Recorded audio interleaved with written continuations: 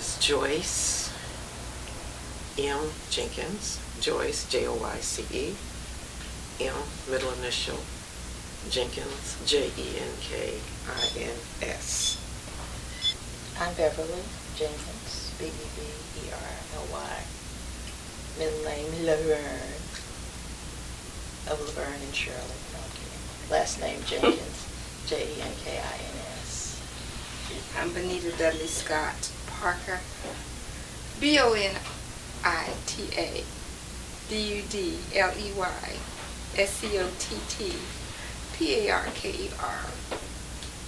I was born in Buffalo, New York. I was the second child of Fitzgerald H. Jenkins and Vernon Henry Jenkins. My father, Fitzgerald Jenkins, was in Buffalo because he had been called to be the pastor of the Buffalo church. And I just found out recently that he was also pastor of the Rochester church. Now, this was in, it must have been about 1942. Young, I was born there, and we were only there 2 years before we moved. My father came to the New York conference because this was before regional conferences were formed. And so we were there 2 years, and then he was called to California, where we lived in Northern California. He was pastor of the Market Street Seventh-day Adventist Church, and we lived in for a short period in San Francisco, California, because I remember so well, there were only 2 of us then, my late sister Eva and myself, and I remember we used to run up and down the steps. We lived in an apartment, run up down the steps and pretend we were frightened when we heard the fire engines. We lived in Berkeley. No, I'm sorry. I'm getting ahead of myself. We moved from there to Fresno, California, where my brother Fitzgerald was born. And I don't know exactly how long we were there, but then we moved again to Berkeley, where my sister Marjorie was born, and it was in Berkeley where my father pastored the Market Street Church. And it was during, actually during World War II, that my father was called from California to Atlanta, Georgia. Now that was quite a change for the family. And we made that long trip from California to Atlanta, where the South Atlantic Conference had recently been formed, and he was appointed to be the superintendent of education and the youth division of South Atlantic Conference.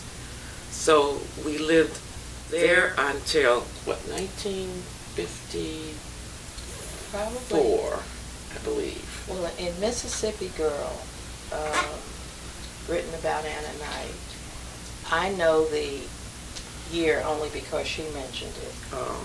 She had gone to South Atlantic, and there was no conference. There were just people there that had gathered together to promote the, as they said back then, the colored work. And she began the education and youth ministry, and she said that Daddy followed her. So that was 1954, and then I wasn't there. I was with my grandmother in Harlem, New York. I was the, well, wait a minute, was I born in 1954? Yes, I was born. Okay. But go ahead. We had to digress because of the years. So that's how we happened to come to Nashville. We came to Nashville from Atlanta. Before we came to Nashville, he spent several years in South Atlantic Conference, so I have great memories of that conference. We came to Nashville in 1954, I believe. I was 14, and moved here with Beverly was in New York with my grandmother. So there were four of us: Eva, Fitzgerald, Marjorie, my mother, two dogs, Pinto and Duchess. Right. And we made the trip Okay. from Nashville to, from Atlanta to Nashville. So that's how we happened to be here. I came here, I think it was 1956, because I came just as school was starting. But one thing I wanted to throw in that I did not learn until my mother's memorial, Elder Ward, a single Elder Ward, Eric Ward, came with us from California to the South. He rode in our, I don't know if we probably had a Chevy. He rode in our Chevy with our two parents. I was not there, 4 kids and him. He said Fitzgerald sat on his lap the whole way. And yeah, he was young and a promising pastor and single. Right. So that was pretty historic. I was born in 1950, and I don't know this, Joyce will have to attest to this, but my father, I don't think any of them were that excited about living in the South. And he did not want his kids born in Georgia because of probably the racial climate. I don't know all of the reasons, but also I think because of the significance of Riverside Hospital. It was a caring institution in Nashville, and that's where black ministers and their well, not only ministers, I don't know why I'm saying that, that's where we came to be delivered and treated. So I was born in 1950 here, but we were not living here. My father took us back to Atlanta. And a friend of mine that I met up with later at Oakwood College, Freeman Davis, was born the same night. And Edwina Humphrey, who I found out also years later was born about 2 weeks later, maybe the 25th of March, and Veronica was born in May. Somebody else. But that's where everybody came. Well, I was just listening to what Beverly was saying. My parents were living in Jackson, Tennessee when I was born, but they came to Nashville for me to be born at Riverside in 1948. Then they went back to Jackson. 48. You're 2 years older than me? Yes, ma'am. Bonita? Well, my parents are Charles Edward Dudley Sr. and Etta Mae Maycock Dudley. And my mom's father, Albert Maycock, was instrumental in getting the black conferences started in the Lake Region area. Just a note to interject about coming to Riverside. My mother was 9 months pregnant, and my father drove her from Atlanta to Nashville so that Beverly could be born at Riverside. That's just how significant the hospital was in those days. I think there was a black hospital in Atlanta, but in those days you came to Riverside or you went to an Adventist institution. In those days, those of us who were ministers' children or even traditional members of the church, we were very oriented to our own institutions. So that was why my father drove my mother, and Beverly was delivered, or the obstetrician at that time at Riverside was Dr. Mark Cox. That's who delivered me. Who was the is related by marriage.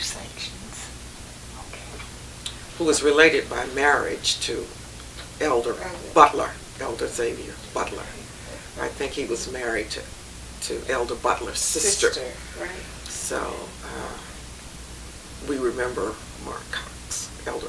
Dr. Wow. Mark Cox. Wow. Well, at that time in the early 50s, and I have not realized the significance of this either until I began watching public television and noting the schools that were being established for African American families. In many instances, these schools were in the basement of churches, which is where ours was at Riverside. Meharry, as it was known then, it's Hillcrest now. They had a school, and Riverside had a school. And women from the church that had been educated at Oakwood College were the teachers. My first teacher that I can recall was Mrs. Paletti, Alice Paletti. My mother taught briefly, but I think she was interim. There was a woman named Mrs. Flowers, and I don't remember where she came from. Oh, she was Chuck and Bert's teacher. Okay. Mrs. Helen Lindsay, the mother of Elder Ned Lindsay, who was pastor of Hillcrest. Bernice Reynolds. Those are just some of the teachers, and I'm sure we've missed some. Maxine Norman, Sister Velda Norman, taught there briefly, and I know I'm forgetting some. Oh, Grace's mother, Mrs. Custer, taught me, I believe I was in the 5th grade. And we had students that were not only from the Adventist community, they were from the community around Riverside, because we had a hospital, we had a chapel, there was a cafeteria that had delicious vegetarian food, and it was known as a sanitarium where you could come and rest, eat good food, have a chaplain come and talk to you, and it was the place. I was still in a teen. I was attending Madison Academy at during the summer, and Mrs. Lightford, Alpheus Lightford, decided to have a class of some teens and teach us some basic skills so that we could become nursing assistants. Very good. I'm going to ask us, we're going to... Okay, let's use all the time. We got 4 minutes left. Okay, what were you telling me? 5 minutes. Oh, Yeah. baby, I'm sorry. I thought he was saying... No. Okay. Okay. Go right ahead. Go right Yes, ahead. yes. Okay. Take a break and then pick up your thought, and that'll be easier for me to edit. All right. Okay. That's fine. I think you Whatever can you talk. feel. You can you want continue. to I thought he talk. was saying that we're out of time. Well, very quickly, she put together a class, and there were 4 of us in the class: Grace Custer, Cynthia Dent, Joan Reynolds. I think there was one other person, but anyway, she had a class for nursing aides and taught us basic skills of bathing and feeding and changing beds and a number of responsibilities for nursing aides. So I worked there during the summer. She was she and Weren't you a Veronica Candy were Striper? Candy Striper. Mrs. McLeod, I think she was Mrs. McLeod, the director of nursing at the time, sent me through the Red Cross, and I was a Red Cross volunteer. So my stripes were blue and theirs were pink. Oh. Big distinction.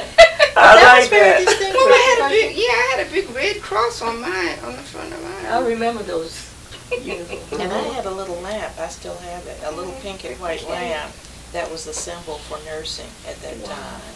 And it's, I still have it downstairs, pink and white. When we came here in 1954, I was 14. My brother was 12. And although he was only 12, he was advanced academically. So he was ready for the 9th grade. I was going into the 10th grade. And before we left Atlanta, my mother and my father, but it was my mother, had contacted the president of the Southern Union minister by the name of Elder Anderson, I don't remember his first name, and said that she had 2 young children who needed to enter the academy, and she could not send these young children to Oakwood Academy. So she directed Elder Anderson to find a place for her children to go to school. And through some dialogue and negotiations, or whatever they did in those days, it was decided that Madison Academy here in Madison, Tennessee would integrate.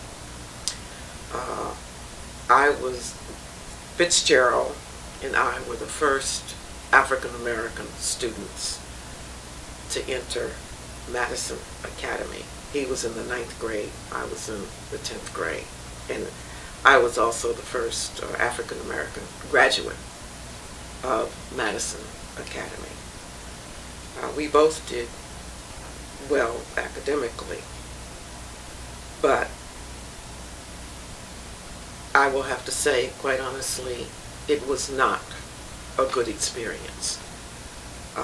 When you're in your teens, you expect for your teen years, particularly high school years, to be years in which you're growing, you're making friends, you're developing.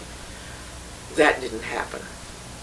And I would hear stories of some of the young people who were here who attended Oakwood and the kind of experiences that they had. It was very isolated experience, and I will just have to say it was not good.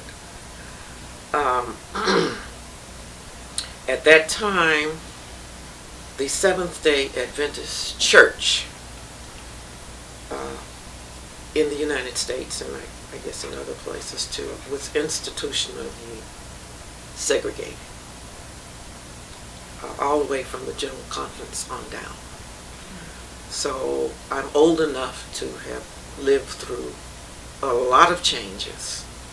We're nowhere near where we were in those days, but that had a lasting impact on me and my brother and even students who followed. And I remember when we came here in 1962 from Dallas, Texas, I had thought that as Christians, because I believe my parents were about the best Christians anybody could be. That was my opinion. And I thought that everybody, all the preachers, anybody that was Adventist, especially leaders, they were all good people. And so we were in this black environment, but I thought all Adventist, black, white, everything, we're all the same. And we came to Nashville, and I went to Madison Academy. You're talking about a rude awakening. And the thing that really hurt my heart to this day is I came here having had 2 years of sewing in Dallas. And I had a teacher there who taught us along with, she let us go the way we would go. You know, I started in the 7th grade. By the time I was in the 8th grade, she had me working with the 12th graders with my sewing. So we come here to Nashville, and I'm taking another sewing class at Madison, thinking if I don't get an A in anything else, I know I'm going to get an A in sewing, in home ec, and all of that. But I got a C. Wow. And my mom, see, a lot of people don't realize how my mom was more of a fighter. Yeah. Yeah. My mom went out there because I was hurt. I was like, wait a minute, what did I do wrong? And she went to the teacher. And that teacher actually, I'm wondering if she's any kin to that Anderson person, because her last name Mrs. Anderson. Yes. I don't remember who her children were. But anyway, she said to my mom, yes, your daughter does A work, but we can't give a black child Oh my an A. We're just not going to do it. And I was like, what? And my mother had to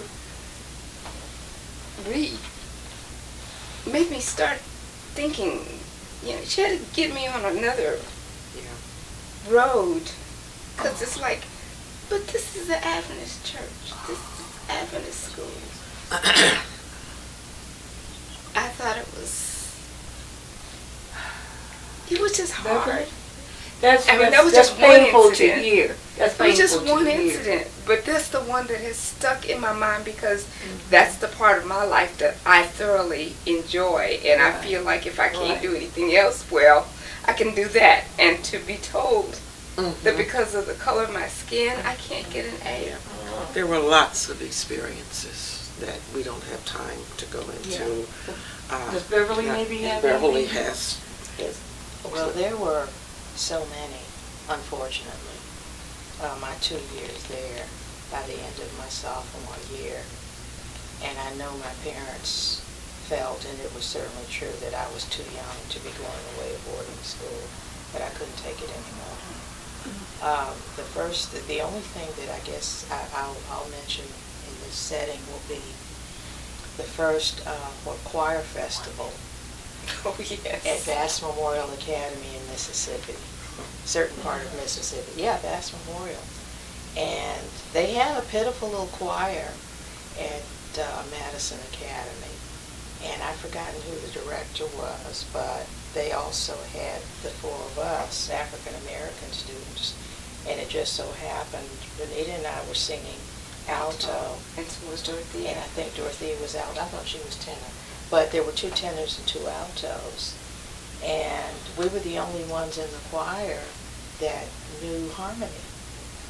So we had to go Yeah. because they needed it. We were the only, Well, remember we didn't get to go because Dean I'm Larson, thinking about Forest Lake the next Forest year. See, Lake, there's so yes. many. Yeah.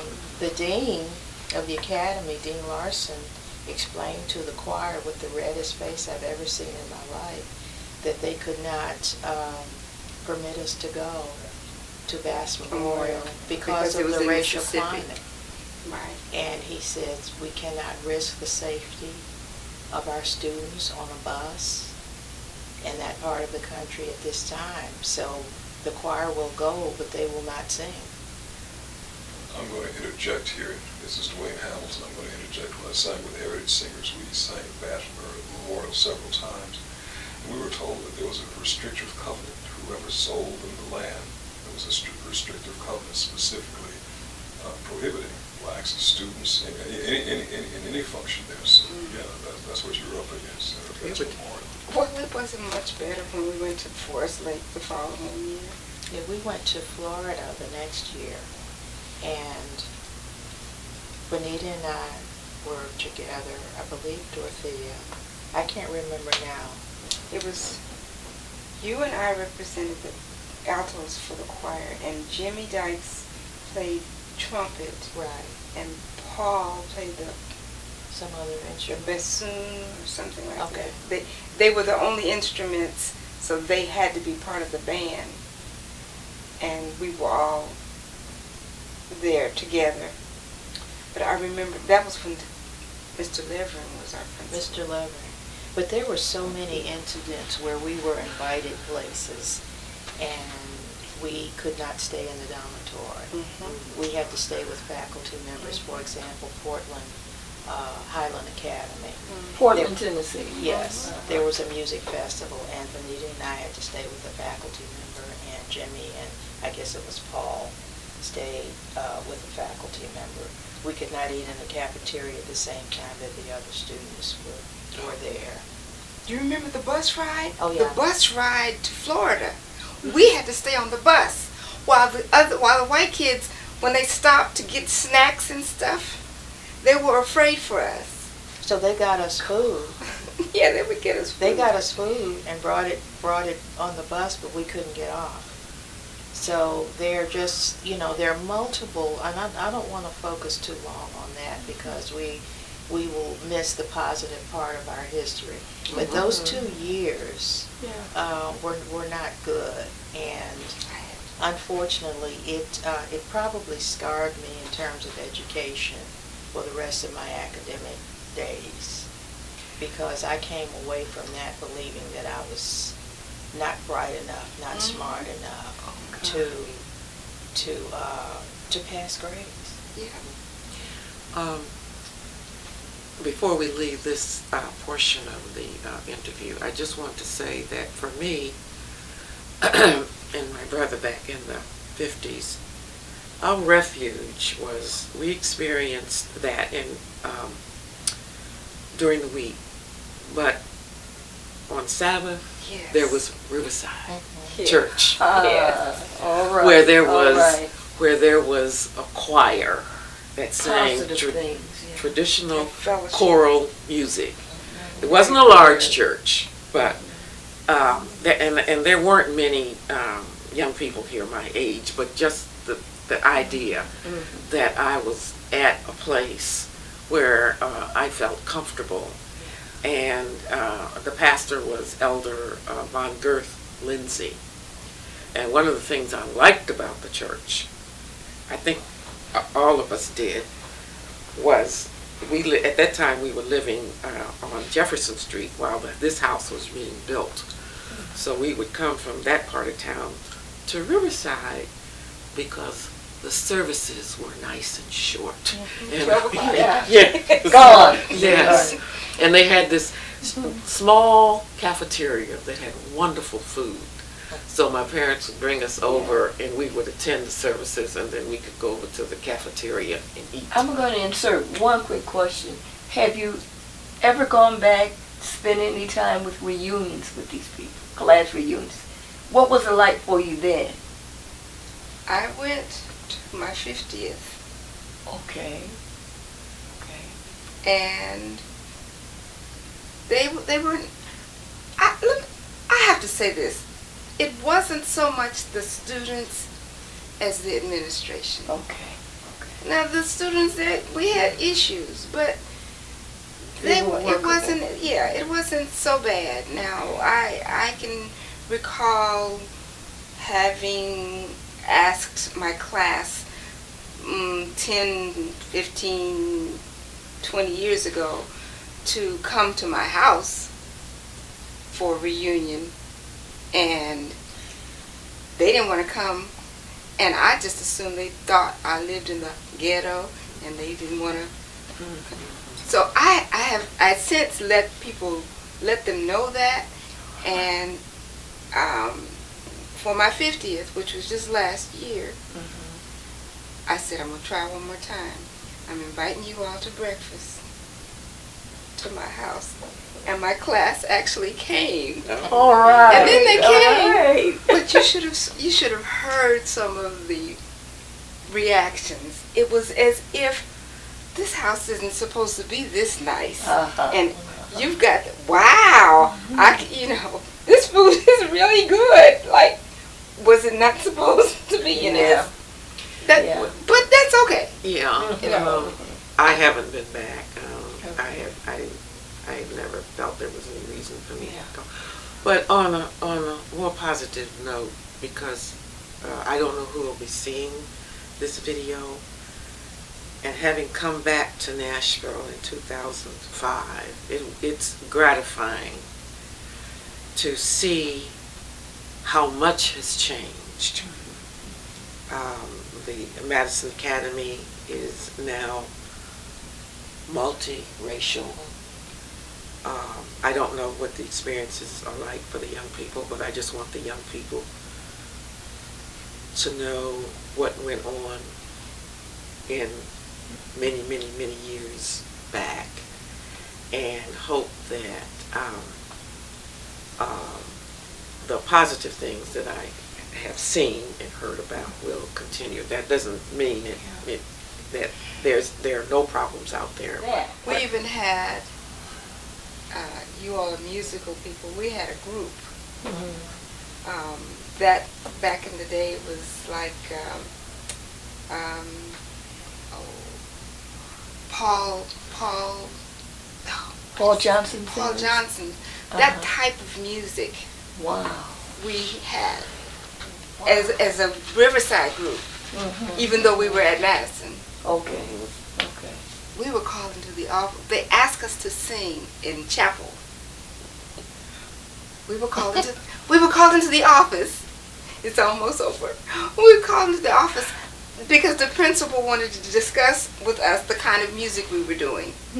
He said, "Y'all sound okay, but you're not singing music that's representative of your race. We'd like to hear more spirituals and stuff." Shut the door. Riverside was our refuge. Yes. It was.